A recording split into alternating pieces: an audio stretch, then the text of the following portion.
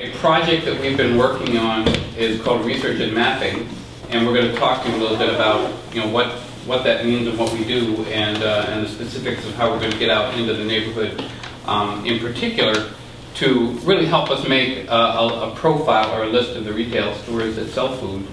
And we're doing that for all the neighborhoods of Brooklyn.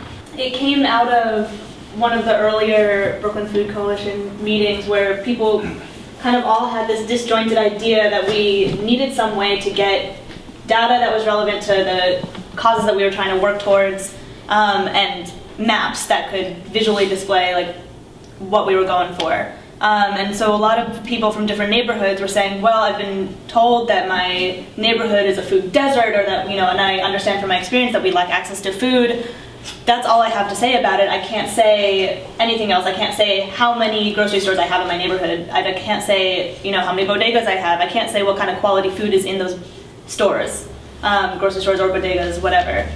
So this came out of that kind of need for more information about our food environment. That's usually done through a formal community food assessment, and usually done by an outside institution or the government in some neighborhoods at one particular moment in time.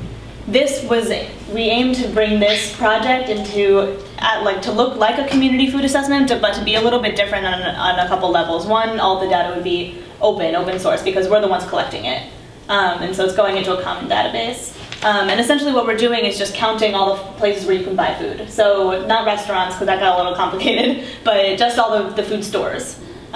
So grocery stores, bodegas.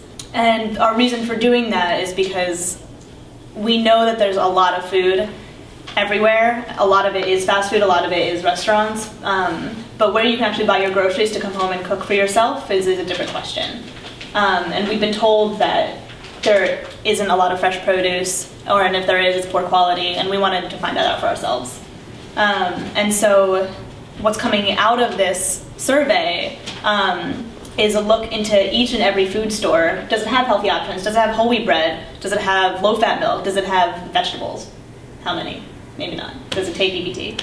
So all of those questions, we're looking into each food store and then mapping it on the internet. And anybody has access to that map. Anybody can download that data for their neighborhood, for another neighborhood, to do comparisons with the council district. Whatever you want to do, you can do with that data.